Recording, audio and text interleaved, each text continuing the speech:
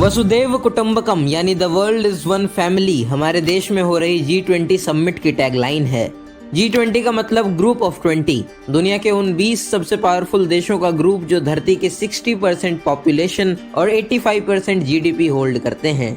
America, China, Russia, Japan, Germany, France जैसे देश इसका हिस्सा हैं। हर साल G20 की प्रेसिडेंसी इसके मेंबर्स के बीच बदलती रहती है और 2023 में इंडिया G20 का प्रेसिडेंट होने वाला है। इससे पहले ये प्रेसिडेंसी इंडोनेशिया के पास थी और अब ब्राजील को मिलेगी। कुछ दशक पहले दुनिया इतनी इंटरकनेक्टेड नहीं थी जितनी आज है और इसी ग्लोबलाइज्ड दुनिया में डेवलप्ड और डेवलपिंग दोनों देशों का इंटरैक्शन जरूरी है। इसलिए 1999 में बनाया गया था G20। समिट में फाइनेंशियल इश्यूज, इक्वालिटी, आतंकवाद, करप्शन, क्लाइमेट चेंज और इन सबसे ज्यादा जरूरी सस्टेनेबल डेवलपमेंट जैसे मुद्दों पर हाई लेवल डिस्कशंस होते हैं।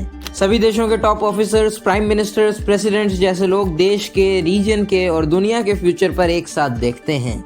अलग अलग शहरों में G20 की मीटिंग्स शुरू हो चुकी हैं। सभी देशों की टोटल मिला के 200 से ज्यादा मीटिंग्स होनी हैं और टॉप लीडर्स यानी PM Modi, president Biden, Xi Jinping, Vladimir Putin जैसे बड़े चेहरे सितंबर में न्यू दिल्ली में मिलेंगे। अब इंडिया के स्टैंड पॉइंट से ये मौका काफी इम्पोर्टेंट है। वो शब्द हमारी परसेप्शन में ज्यादा अच्छा नहीं है, लेकिन जो देश G20 को होस्ट करता है उसके पास मार्केटिंग और पब्लिसिटी की पूरी ताकत आ जाती है।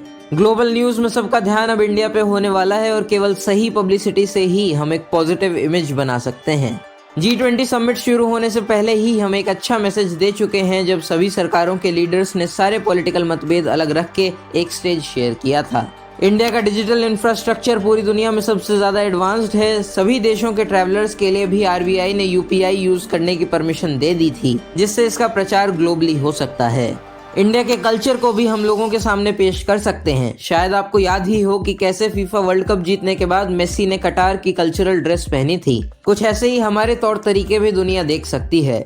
और इस सबसे भी ज्यादा जरूरी है एक मल्टीपोलर दुनिया का सपना, यानी ऐसी दुनिया जहां केवल कोई एक पावर ना हो, बहुत सारे देश अलग अलग मुद्दों पर अलग अलग रीजन्स में स्ट्रांग हो। इंडिया दुनिया की सबसे बड़ी डेमोक्रेसी है, सबसे यंग देश है, चौथी सबसे बड़ी मिलिट्री पावर है, 5वीं सबसे बड़ी इकोनॉमी है, वो भी केवल आजादी से 75 साल के टाइम पीरियड में।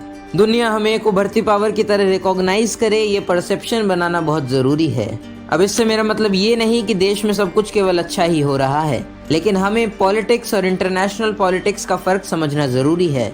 देश की पॉलिटिक्स में तो सरकार का क्रिटिसिज्म ही सही रास्ता है, लेकिन इंटरनेशनल पॉलिटिक्स में एक स्ट्रॉन्ग इमेज दिखाने में ही हम सबका फायदा है। पॉलिटिक्स में हम देशवासियों की बात करते हैं, जियो पॉलिटिक्स में हम देश की बात करते हैं। दोनों अपनी अपनी जगह बहुत जरूरी है।